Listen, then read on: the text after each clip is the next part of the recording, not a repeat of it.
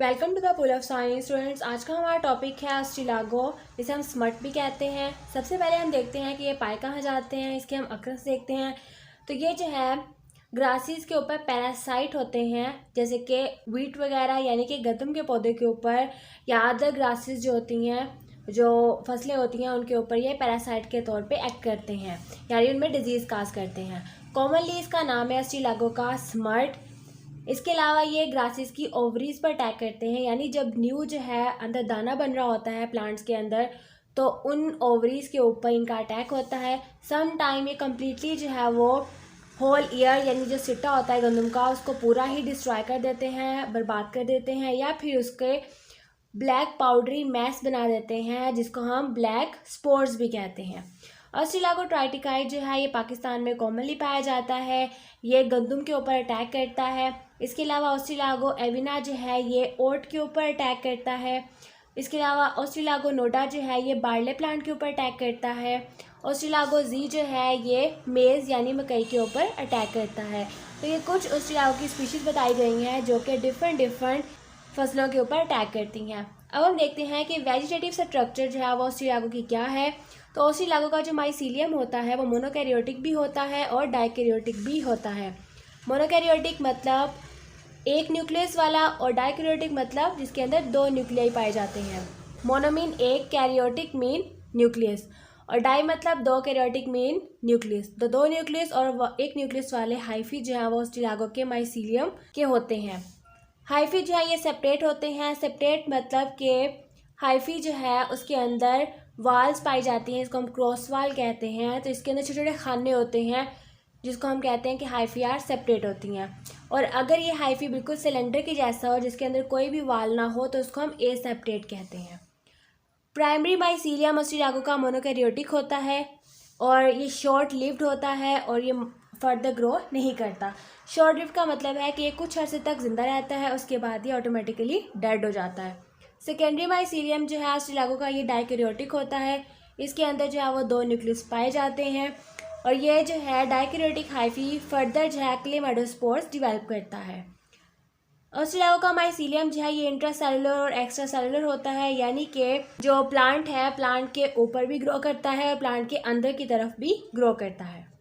Ustilago का जो mycelium होता है सेकेंडरी माइसीलियम, वो होस्टोरिया डिवेल्प करता है। होस्टोरिया जो है ये रूट लाइक स्ट्रक्चर होती हैं, ब्रांचेस होती हैं अस्टिलागो की, जो कि प्लांट के अंदर इनकॉर्पोरेट हो जाती हैं और प्लांट से अपनी फूड जो है वो इनटेक करती हैं।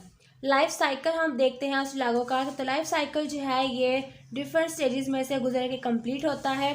सबसे पहली स्टेज ये है कि अटैक ऑफ क्लेमाइडोस्पोर, जिसको हम टिलियोटोस्पोर्स भी कहते हैं। तो अस्टिलागो जो है सबसे पहले मेच्योर वीट प्लांट के ऊपर अटैक करता है स्प्रिंग के सीज़न में। वीट का जो एयर होता है, यानी वीट का जो सिट्टा हम कहते हैं, वो कवर हो जाता है ब्लैक पाउडरी मैस से, यानी उस सिट्टे के अंदर जो दाने बन रहे होते हैं उनको अस्टिलागो पैरासाइट जो है वो ब्लैक पाउडर में कन्वर्ट कर देता है। ये पाउडरी मैस जो है इसके अंदर लार्ज नंबर ऑफ क्लेमाइडोस्पोर्स पाए जाते हैं। हर स्पोर जो है वो यूनिसेलुलर होता है और बाई न्यूक्लिएट होता है, यानी एक सेल वाला होता है, लेकिन हर सेल के अंदर दो न्यूक्लियस जो है वो पाए जाते हैं।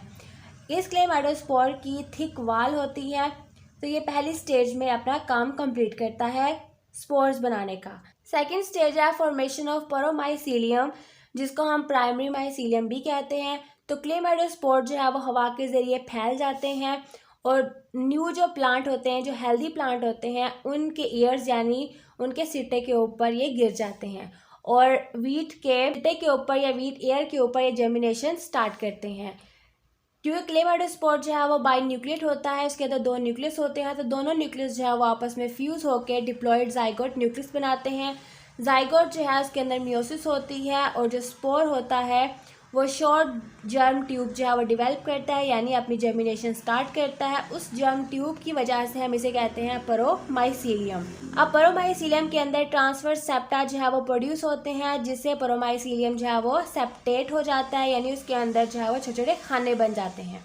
सेप्टा की वजह से पोरोमाइसीलियम के अंदर 4 सेल्स बनते हैं। हर सेल के अंदर जो है वो सिंगल न्यूक्लियस पाया जाता है।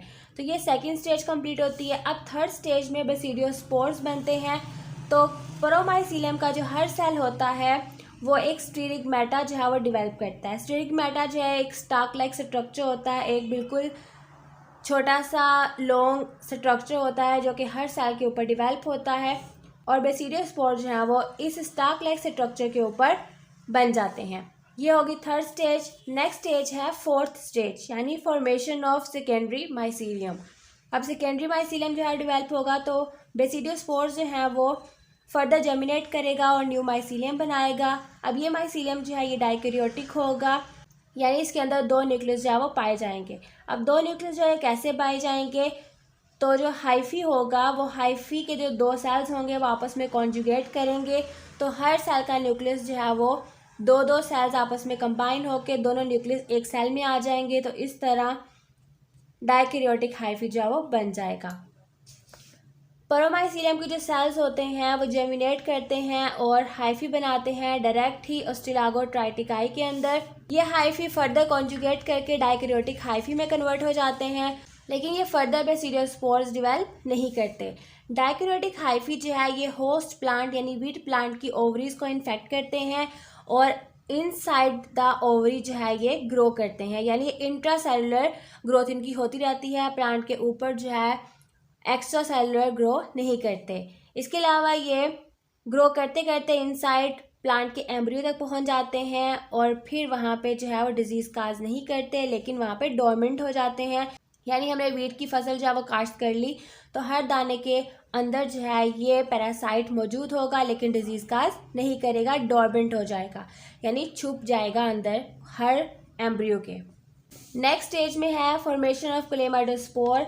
अब ये इन्फेक्टेड सीड जो है जब हम अगले सीज़न में ग्रो करेंगे तो ये डोरमेंट हाइफी जो है फिर से एक्टिव हो जाएगा और ग्रो करना शुरू कर देगा और ग्रो करेगा होस्ट के एपिकल मेरिस्टम में और होस्ट प्लांट के एयर्स के ऊपर डेवलप हो जाएगा। ऑस्ट्रेलागो का जो माइसीलियम होगा वो फ्लावर में जाएगा और ओवरीज तक, जो यंग फ्लावर में ओवरीज बन रही होंगी वहाँ तक पहुँच जाएगा और उन ओवरीज को मैस में यानी ब्लैक पाउडरी मैस में कन्वर्ट कर देगा। ये मैस जो है ये शॉर्ट बाय न्यूक्लियट सेल से मिलकर बना हुआ होता है, हर सेल की थिक वॉल होती है और इस सेल को हम कहते हैं क्लेमाइडोस्पोर्स। क्लेमाइडोस्पोर्स जो है ये बहुत ज़्यादा तादाद में डेवलप होते हैं, उसके बाद ये ईयर को ब्लैक डस्टी मास यानी ब्लैक पाउडरी मास में कन्वर्ट कर देते हैं। तो ये है लाइफ साइकिल ऑफ ऑस्ट्रेलागो, जिसको हम स्मट भी कहते हैं। तो हम यहाँ से क्लेमाइडोस्पोर से स्टार्ट करेंगे और क्लेमाइडोस्पोर तक ही वापस इसका साइकिल कंप्लीट हो जाएगा। क्लेमाइडोस्पोर जो है ये सीड है, सीड के अंदर डोरमेंट जो है ये पैरासाइट है। अब ये क्लेमाइडोस्पोर क्या करेगा, इसके अंदर के जो न्यूक्लियस हैं वो आपस में कंबाइन होकर डिप्लॉयड न्यूक्लियस बना देंगे। डिप्लॉयड न्यूक्लियस में मियोसिस होगी, मियोसिस होने के बाद इसमें जर्मिनेशन स्टार्ट होगी, जर्म ट्यूब बनेगी, जर्म ट्यूब से फर्दर जो है वो ये ग्रो करता जाएगा और ग्रो करता करता जो है बेसिडियोस्पोर्स बना देगा। तो बेसिडियोस्पोर्स जब बनेंगे तो इसकी बॉडी को हम कहेंगे प्रोमाइसीलियम। प्रोमाइसीलियम से बनते हैं बेसिडियोस्पोर्स। बेसिडियोस्पोर्स फर्दर जो है वो जर्मिनेट करेंगे और सेकेंडरी माइसीलियम बनाएंगे। सेकेंडरी माइसीलियम जो है वो होस्ट की ओवरी को इन्फेक्ट करेगा और फिर से सीड के अंदर डोरमेंट हो जाएगा। नेक्स्ट सीज़न में जब इन डोरमेंट सीड्स को हम दोबारा से ग्रो करेंगे, काश्त करेंगे, तो फिर ये वीट के ईयर्स के अंदर एक्टिव हो जाएगा और फिर से क्या बना देगा, वीट के ओवरीज के अंदर या फ्लावर्स के अंदर डस्टी स्पोर्स, जिसको हम क्लेमाइडोस्पोर्स कहते हैं, और इस तरह इसका साइकिल जो है वो चलता रहेगा। तो ये था हमारा आज का लेसन। ऑस्ट्रेलागो स्मट जिसे कहते हैं, वीट की डिजीज़ होती है, पाकिस्तान में बहुत कॉमन है। वीट प्लांट को ब्लैक पाउडरी मैस में कन्वर्ट करती है ये डिजीज़।